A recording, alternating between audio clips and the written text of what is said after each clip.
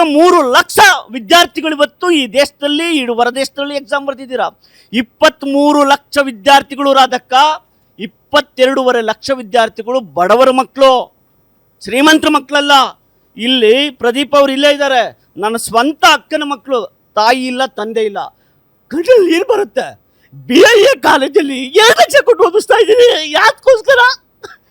Doctor ಆಗಲಿ ಅಂತೇಳಿ. ಈ ವ್ಯವಸ್ಥೆಗೆ ಬಂದು ಸಾಯ್ಬೇಕು, ರಾಜಕಾರಣಕ್ಕೆ ಬಂದಿದ್ದಾವೆಲ್ಲ. ಅದಕ್ಕೆ ಧರ್ಮೇಂದ್ರ ಪ್ರಧಾನ್ ಅವ್ರಿಗೆ ಹೇಳ್ತೀನಿ, ನಿಮ್ಗೆ ನಿಜವಾಗ್ಲೂ ಅಭಿಮಾನ ಇದ್ದರೆ ಈ ದೇಶದ ಮಕ್ಕಳನ್ನು ಶಿಕ್ಷಣ ವ್ಯವಸ್ಥೆಯಲ್ಲಿ ಕಾಪಾಡಿ.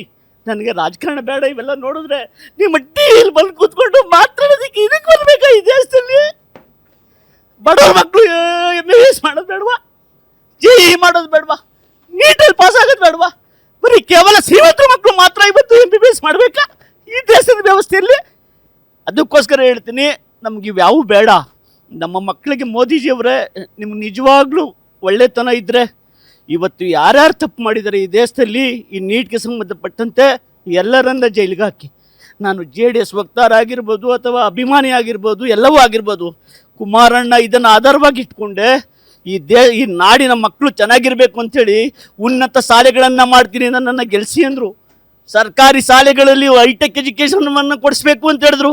ಆ ಒಂದು ಮಾತನ್ನು ನಂಬಿ ನಾನು JDS ಪಕ್ಷಕ್ಕೆ ಬಂದೆ.